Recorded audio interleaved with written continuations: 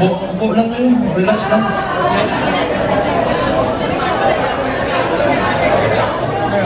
Magandang hapon sa inyong lahat. Former Speaker, Debot Alvarez, Senator Bongo, Senator Padilla, Mike Defensor, Chairman Alcusi, Congressman Leandro Liviste, Attorney Jimmy Bondok, Attorney Vic Rodriguez, Attorney J.B. Hinlo, Attorney Topacio, Philip Salvador, Idol, and my idol, Harold Respiso, Tony Lambino, General Esperon, good to see you, sir. And yung mga hindi ko nabanggit, sa susunod na pagkikita natin. Baka nagtataka kayo, tumahimik ako Tumahimik ako pagkatapos ng midterm elections. Kasi, wala, talo si Marcos sa Davao Nagpahinga lang ako. Kailangan ko magpahinga kasi 2 taon kaming binanatan doon sa Davao. Yung ginawa ni Bangag, yung alam nila yung ayuda, yun naman yung paraan nila. That was a form of indirect vote buying prior to the campaign period. Yun talaga yun. Yung ginamit niya. So sinabi ko naman sa mga taga Davao, tanggapin nyo lang. Total, buwis nyo man yan. Yung nagsikap dyan, para may pera yung gobyerno, pera nyo rin yung kinukuha nyo. Hindi yan galing sa kanya. Pero yung mga taga Davao matatalino na, they are intelligent voters. Akala kasi, yung claim ng mga kalaban, na kami mga Duterte daw, mga authoritarian, yun, namatay tao, kaya takot lahat. 2 million, matatakot namin yun, di bukas patay na kami, kung takutin namin 2 million na yan. It is a very highly democratic city, actually. Pagka pumunta kayo, that is why, awa ng Diyos, masalamat ako, sa Davao ako naging mayor, kasi ang mga tao dyan, alam nila anong gagawin nila at mahal nila yung lugar nila. Correct! Kaya pinahihirapan kami, okay lang man, politika. Tapos, Marcos lang. Alam naman natin sa tatay pa lang yan. Kawatan! Kawatan! Hindi, kasi ganito yun. Nung nagsimula yung kampanya nung 2022, kasama niya yung kapatid ko, the Vice President. Siyempre, inisip ko rin, siguro, itong tao na to, gusto maging presidente, he will redeem the Marcos family name. So, hindi ko naman talaga inisip na may ganun din pala kagago yung tao na yan.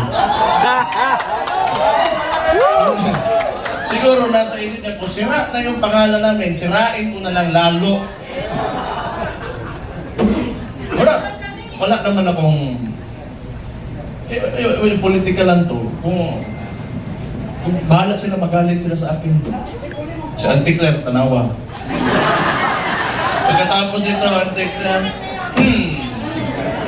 si Mayor, basta lalo yung buwan ko.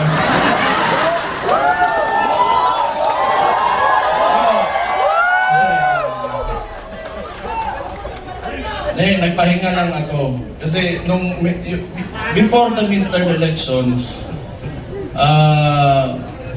kami doon sa Davao, lagi kami nagmo-mobilize. Kasi nung sinimulan nila yung People's Initiative, papipirmahan nila yung mga papel. Siguro, I do not know. Pero definitely, sa ugali ng mga yan, wag na natin yung buong administrasyon niya. Kasi siya naman yung nasa taas ng chain of command, yung presidente.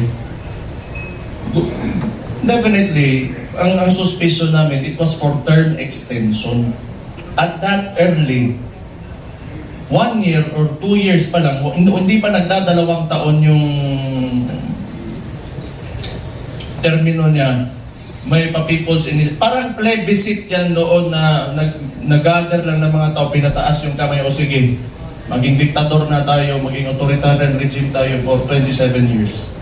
So that was the attempt of this guy, bangag nga na dias Malacanang karon. Kita niyo yung nasa UN dyan, nasipon. May chat GPT na ngayon. Hindi ko naman sinasabi kasi makukulong ako, tapos kakasuhan ako. Pero tingnan na lang, what are the causes of cocaine? Tingnan yung chat GPT. How it will affect your nasal cavity. May cellphone na kayo lahat. Wala. Swindler. He is a swindler. Yung ginawa sa atin, kaya nga naniniwala tayo, kasi akala natin itutuloy niya. Ganito lang naman tayo, kaya nandito tayo lahat ngayon. Kayo, marami tayong parallel groups.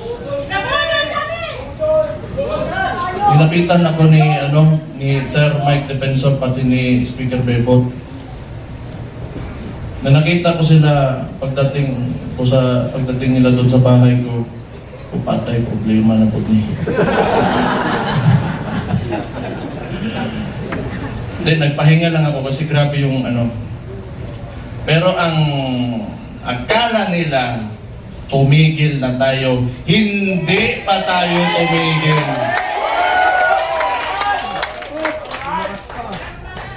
Anong gusto nila? Lalabasin lahat ng ginawa nila. Tingnan mo katangahan nito ni Bangag. Siya nagbukas ng usapin ng flood control na may mga ghost project. Kaya ako tumahimik talaga. Kasi hinayaan ko na mag-self-destruct yung gago na yan. Kasi alam kong sasabog sa mukha na yan. Because, unang-una sa lahat, pag ikaw eksekutibo, you cannot point at someone else for the mistakes of your administration.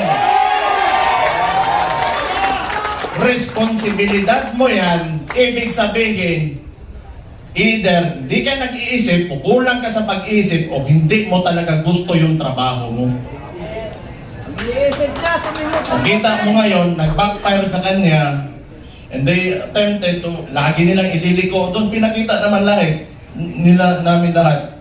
Sa Davao, walang ghost project, may resibo kami lahat doon.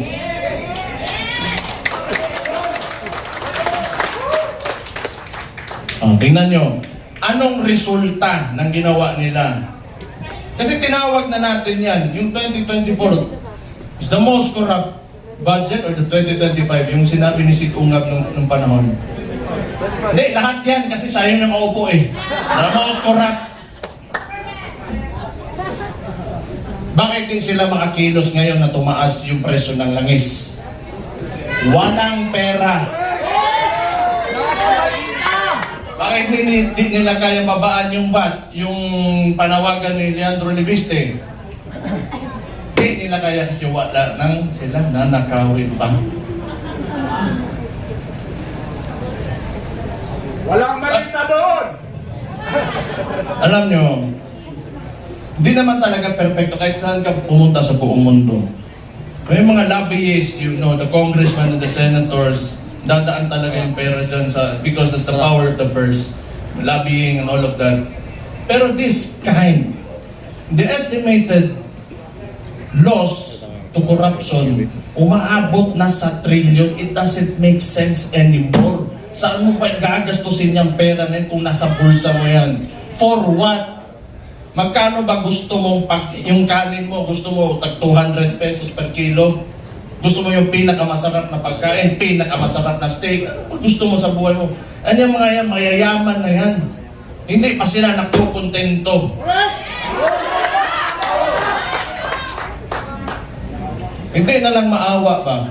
Kita nyo yung mga matatanda na nagmamalingke sa umaga, magdadala ng bayong, tapos pangihirapan mo pa, ngayon tumataas presyo ng lahat. Hindi siya nakatingin sa pangkaraniwang Pilipino, ano ang buhay ng Pilipino. Tapos itong gago na to, patay ng kuwan eh. gusto ko maya, pag-initan nila ako. Para ano naman, nagpahinga lang ako. Balik na naman tayo, patay na naman sila sa atin.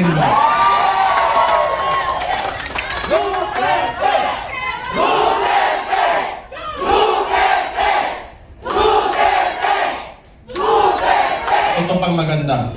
Ito pang maganda. Tayo, mga parallel groups, ilan? Pila to kabuok? 600 parallel groups. Anong sinabi ng Vice Presidente? Siya ay tatakbong presidente, kumilos na tayong lahat.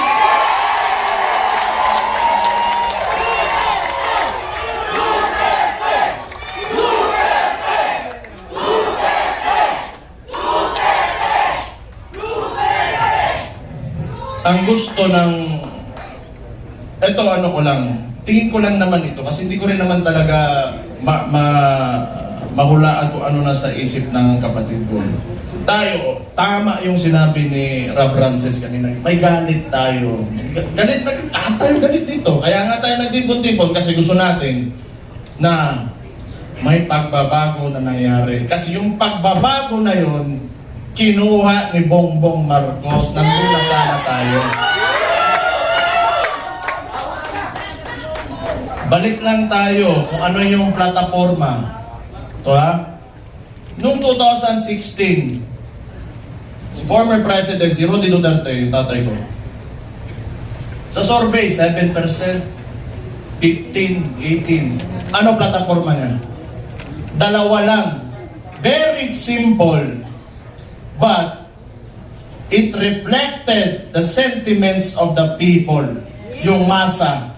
Drugs and corruption. Anong binalik ni BBM ngayon? Drugs and corruption.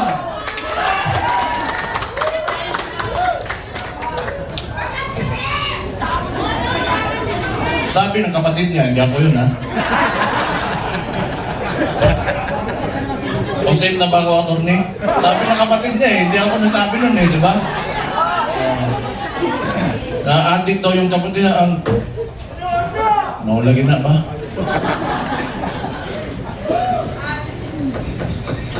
Hindi, tama naman yun. Kailangan optimistic tayo. Kailangan well-organized tayo. Andito tayo lahat. At mahalaga sa lahat, unified tayo. Yung may mga differences tayo kasi lahat tayo mayayabang May mga ugali yung mga ditiis Diba? Kalimutan muna natin yun. Kanawa, ang bugiro yung mga buwan.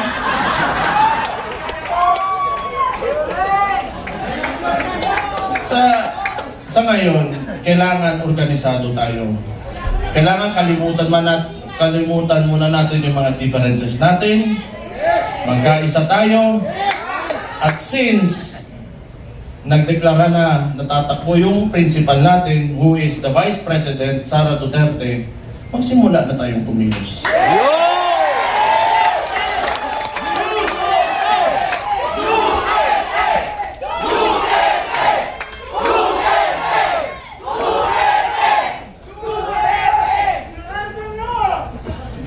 Una, hindi atin ang mainstream media. Yan ang pinakamalaking, pero wala naman di maniwala. May mga vlogger naman Actually, Vlogger! if you are biased towards the article or the headline, you will support that headline.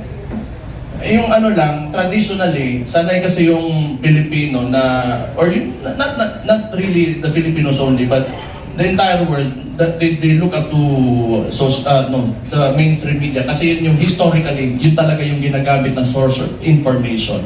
But we all know na it can be manipulated and it is very well manipulated by I do not blame them. May iba lang talaga na talagang rabid na anti-Duterte na mga tulad ng Rappler. Pero yung iba kasi talaga, wala yan. Matatakot talaga yan sa gobyerno. Kasi yung gobyerno, yung negosyo mo, lalapitan ka lang yan. Lalapitan ka lang ng BIR, ng ipapasarado ka, takutin ka. I know this because a lot of individuals in Davao, businessmen, were even afraid to come near me. Kasi pag manalaman ng administrasyon na yan, ni Bangag, ikakat off, pahihirapan, gamitin yun.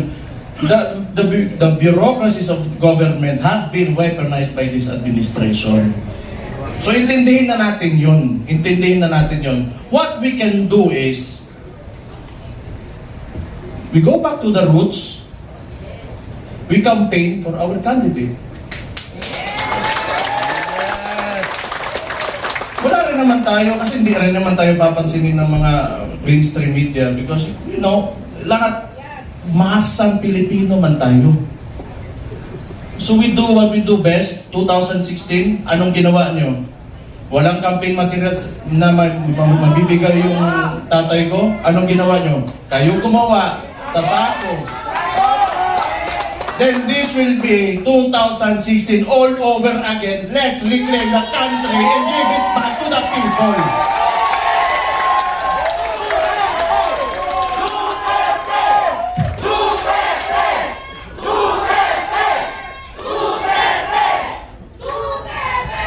I just want to mention yung binanggit ni yung idol ko rin ni si Robin Hood Padilla kanina na totoo naman yung mga oligarko na yan. They are in control. Walang nawawalang oligarko sa buong mundo. Lahat ng nations in the entire world have oligarchs. Ito lang naman talaga. Kontrolado ba ng mga oligarko yung namumuno ng bansa? Yun ang mahirap. Ang kailangan natin, they have to be separate so that yung leader of that country can protect the people from exploitation of these oligarchs. Kaya hanggang ngayon ayaw pa rin nila sa amin dahil binangga yan walang iba kundi si Rudy Duterte lang.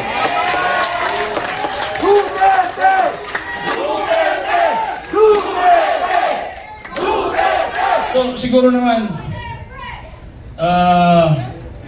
yan, nag-declare na yung kapatid ko and we're going into the 2028 elections. Pakiusap ko lang sa mga oligarko, may mga mayayaman, malalaking negosyante talaga that have command of the economy. Maawa naman kayo sa mga tao. Maawa naman kayo sa mga tao. Give this country a chance na sumarap din ang buhay ng yung mga naglalakad lang sa daan na walang mga sasakyan. Yung sinabi ko kanina, it really breaks my heart, you know, yung living conditions ng tao ngayon. Sometimes, you know, it makes life harder to live seeing this. Sa totoo lang. You know, I am guilty because I have may bahay ako, sementado, nasa loob ng subdivision. It makes me feel so bad that the other Filipinos, my countrymen, have to suffer.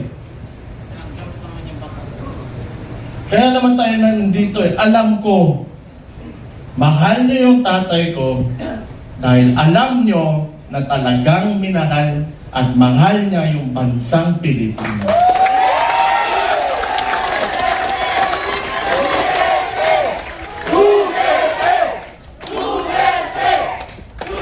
We have to, you know, turn this around. We have to make this country turn around. Hindi pwedeng ganito. Andun na tayo. Alam ko, kahit yung tatay ko nasa Netherlands, binigay sa mga dayuhan. Alam ko nandito pa rin kayo kasi naniniwala kayo, pinakita ni Rudy Duterte na kaya pala natin angatin natin ang ating bansa. You know what? Kayo lahat mga Pilipino, do not settle for this. You deserve better. You deserve better. Sinasabi ko sa inyo, you deserve better. Kaya, be optimistic, maniwala kayo na we can take our country to greater heights. Sinasabi ko sa inyo, alam nyo na eh. Kaya nga nandito kayo, naniniwala kayo. Just hold on to it. And someday, awa ng Diyos, talagang may Diyos talaga. And may hustisya talaga. Makakamit natin ang Pilipinas natin at pinapanaginip natin.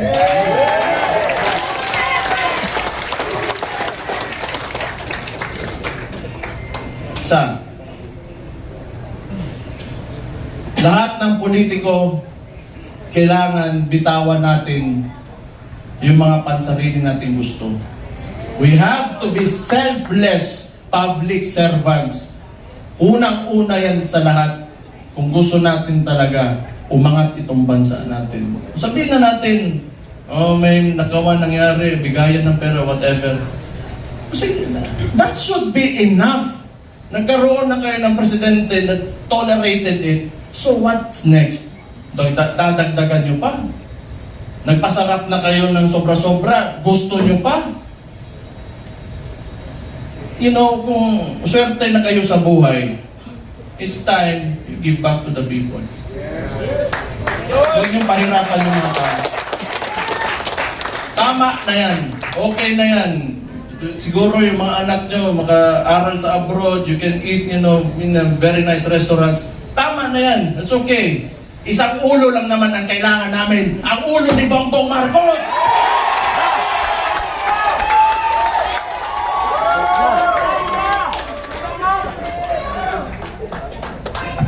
Nagduluksa na ang Malacanang! Kaya, you know, this coalition, if you cannot approach me, you approach Mike Defensor, you approach Demot Alvarez, you, the congressman, I'm talking to you, if you want to defect, talikuran nyo na yan because alam nyo, kayo, mga politiko, nakatira kayo sa Pilipinas, huwag nyo sirain ang bahay nyo.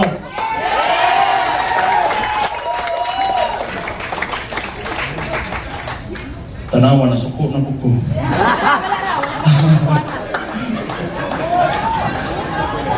Pero, Wala pa na siya nasukuan. Dumagi pa lang yan. Konti pa lang yan. tama yun kasi si Martin wala naman. Si Bongbong na ang sunod. Tama yun. Si Martin yung talagang mautak na marunong magmaniobra ng Congress eh. Ngayon, baka si Charis.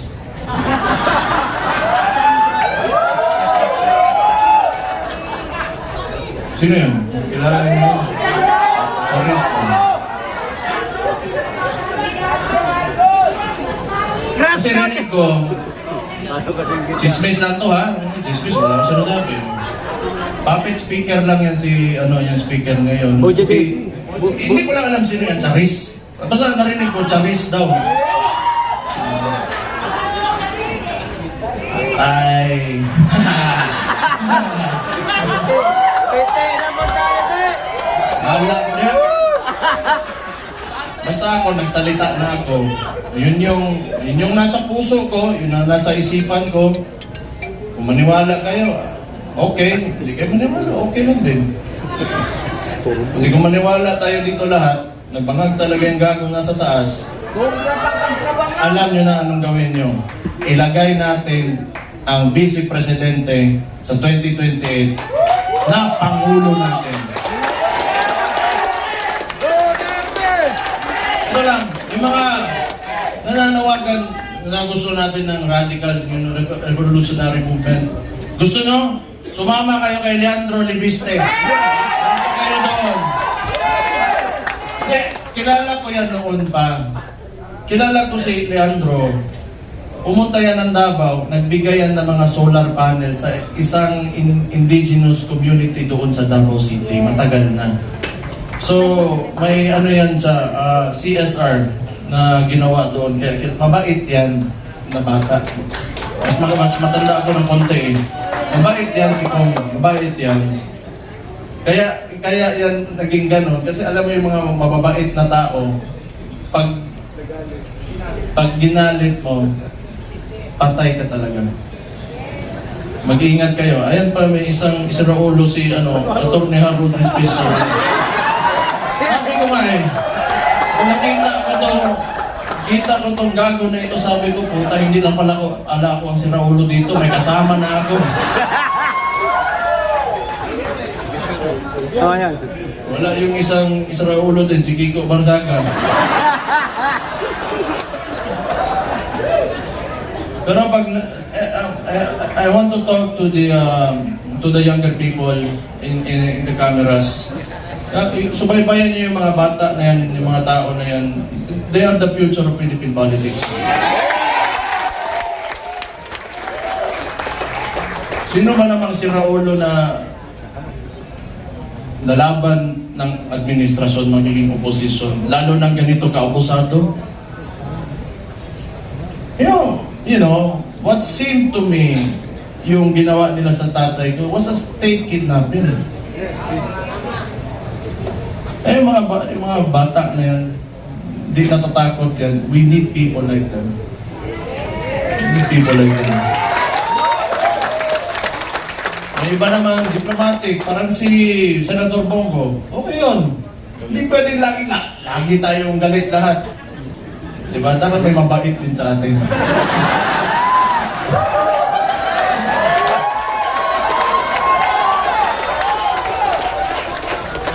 Hindi, good nature na tao si Senator Bongo.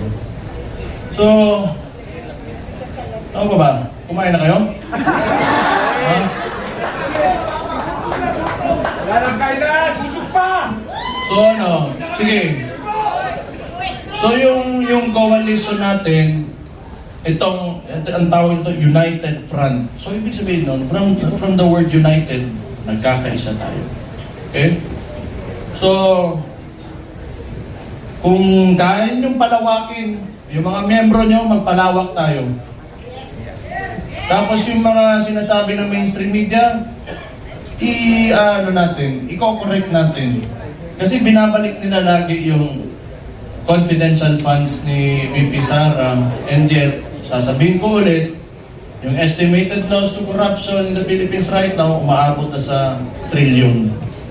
Trillion against the 125 million na nakihirapan nga silang patunayan. Can you see how absurd that is? So, yung messaging lang, kasi wala sa atin yung mainstream media eh.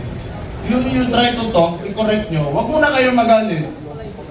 Be on a level na gusto nyo lang iparating yung opinion nyo at tingin nyo sa kung sino man makakausap nyo. So mga panya lang tayo, malinis. Wag na natin gayahin yung mga putang ina, grabe ka hugaw. Dumi talaga ng politika. Napamura. Ako kasi okay lang ako. Wala ko nang pakialam sa sarili ko. Wala talagang pakialam ano sabihin mo. Basta ako, ginagawa ko na yung trabaho ko. Pag yung araw na tumakbo ako dyan, tapos di ako nanalo, ibig sabihin tapos na ako. Pero wag I've been experiencing this ever since I went into politics. No. Ever since Rudy Duterte became the president, the world is a nasty place. It's really nasty. So, tingin ko tama naman yung sinabi ng Vice Presidente. Magkampanya lang tayo, maayos. Kung ano man yung mga plataforma niya, pinakita niya na mga nagawa niya, yun ang sasabihin natin. Huwag na tayong pumatol, tama yun, huwag na tayong pumatol kasi ayaw ko rin, ako na lang, gusto nung kadsawanay mo ng Claire.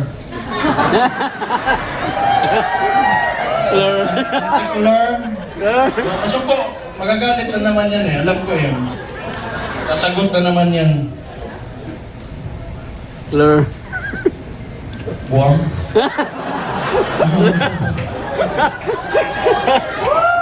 Buguya eh. Kung baliw sila, baliw din ako. Ganun lang naman. Pero alam mo, yung observation ko lang, this is only my observation.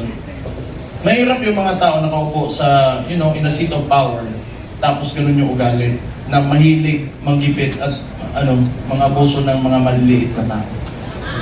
Patay tayo dyan. Mahirap yan. Kaya ako rin, gusto ko yung nilalabanan ko, malaki rin naman. Parang makukulungan ako, matatanggal ako sa pagka-mayor ngayon, o mamamatay man ako, at least worthwhile yung ginawa ko at Very para good! sa sambahan ng Pilipino.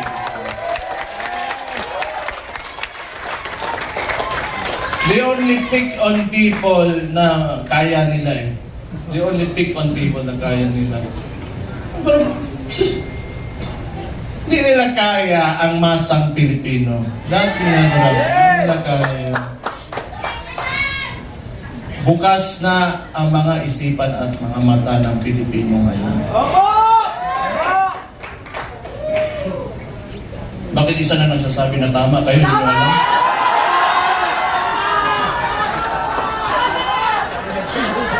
Energy level 10 nga daw eh. Not following instructions.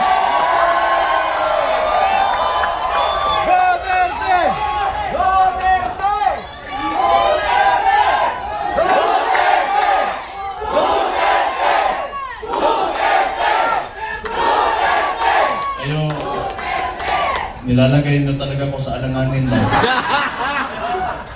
Okay lang. Alam nyo, yung tumakbo, yung tatakbo na yung tatay ko, lahat kami magkakapatid, hindi talaga pumayag. Kaya isa ring value yun. Kasi alam ko talaga, pagka nahamon yun, ibibigay niya talaga buhay niya para sa inyo. Kaya hindi kami pumayag. Pero siguro, tingin ko lang, hindi ko naman pwedeng hulaan yung nasa isip niya, mahal niya talaga kayo at yung bayan niyo.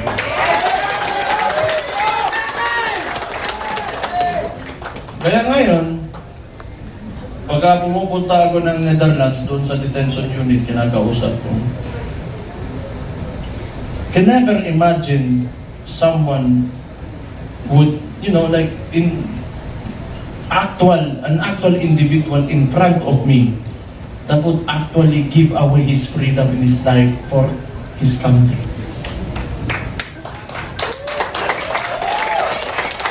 Kahit tatay ko siya, I am so amazed. And I am very, honored that he is my father.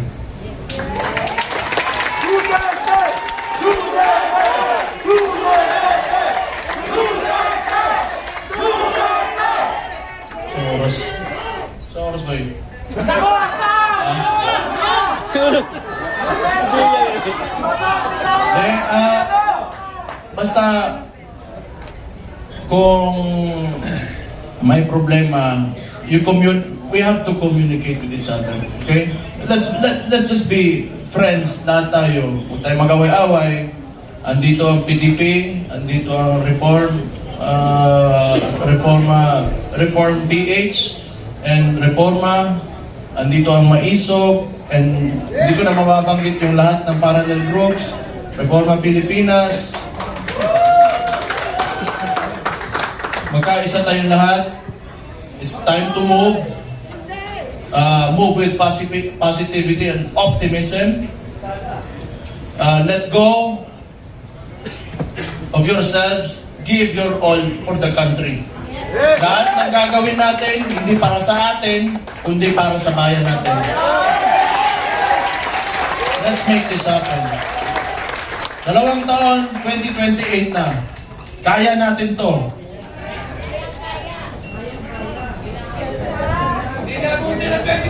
The surveys are telling. So we just have to push harder. Push harder. Huwag kayong titigil. And always remember, pagka you are facing adversity, hindi kayo nag-iisa. Ako si Mayor Sebastian Duterte ng Davao City, kasama nyo. Magandang hapon sa inyo lahat. Mabuhay kayo. Allahu Akbar! Mabuhay!